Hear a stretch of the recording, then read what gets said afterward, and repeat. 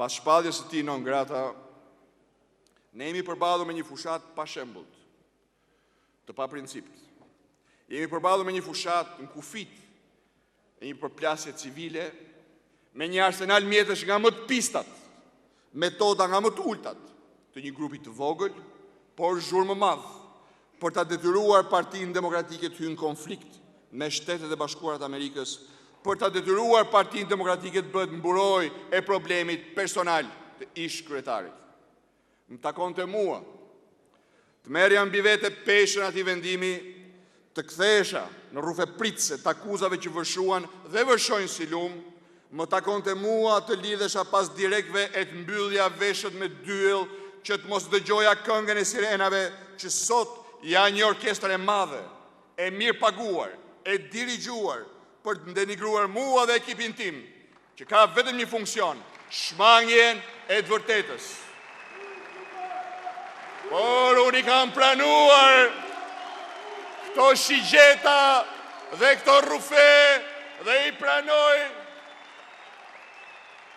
me lehtësinë më të madhe, sepse e di që nuk e bëj për veten time, por e bëj për Partinë Demokratike dhe në emër të demokratëve dhe demokratëve, sakrificës dhe kontributit tyre. E vërteta është shumë e thjeshtë. Drama që ra mbi Sali Berishën duhe shuar, duke krijuar një dramë mbi demokratët, duke i trazuar shpirtrat e tyre të lënduar nga padrejtësia e masakrës 25 prillit në interes të një personi dhe të atyre që kurdisin mërinë e tij, duke dëmtuar kështu Partinë Demokratike. Por unë nuk mund ta pranoja këtë. Ne nuk mund ta lejojmë këtë. Sepse Partia Demokratike nuk është pronë e askujt, por është pasuri e demokratëve, është pasuri e shqiptarëve, është pasuri e kombit, të cilët kërkojnë vetëm një gjë: ardhjen sa më parë në krye të punëve të vendit, të virtytit dhe vlerave që jemi e do t'jemi.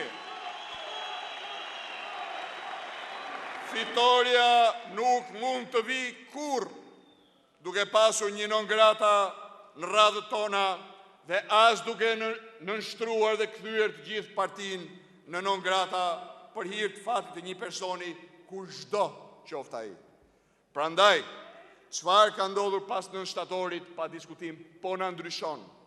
Dhe ne sot zgjedhim që të na ndryshojë për mirë, sepse si do të jetë Partia Demokratike sot, do të jetë Shqipëria nesër. Ndaj dhe ky kuvend zhvillohet si një akt i vetëdijshëm, i një përgjegjësie të lartë nga ana e Partisë Demokratike për një moment jetik, thelbësor dhe pa të dytë në historinë tonë që nga themelimi. Ne jemi partia e parë opozitare, partia e shpresës shqiptarëve, dhe pas një diskutim, na takon të jemi aty ku dhe Shqipërisë dhe shqiptarëve ju takon të jenë, te pozita e natyrshme në qytetërimin perëndimor. Ky kuvend i jashtëzakonshëm mblidhet për të vendosur më qartë se kurrë dhe dua ta dëgjoj më qartë se kurrë nga delegatët. A do të zgjedhim të ardhmen? A do të zgjedhim të heqim nga supet e Shqipërisë dhe shqiptarëve zgjedhjen e sundimit njëshave, zgjedhjen e sundimit kastës 30 vjeçare, që ka marrë peng demokracinë për interesat e pushtetit dhe pasurisë marrëmendse, që kanë grumbulluar në rrugë të paligjshme kriminale, zgjedhjen e pandëshkueshmërisë që për turpin e tyre e kanë ngritur në sistem për përgjegjësuar pushtetin e pak njerëzve.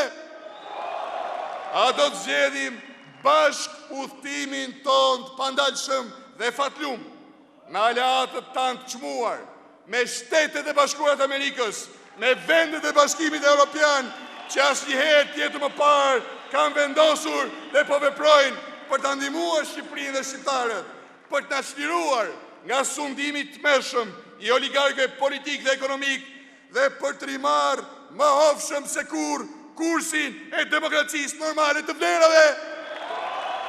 A do të zgjedhim këtë betejë, këtë shans që nuk vjen shpesh? Me një fjalë tjetër, a do të zgjedhim fitoren? Apo do zgjedhim të shkuarën? Do zgjedhim në nështrimin? Do zgjedhim krimin prapa? Apo do të zgjedhim humbjen e busullës nga u nisën dhjetorisë të vitit 1990?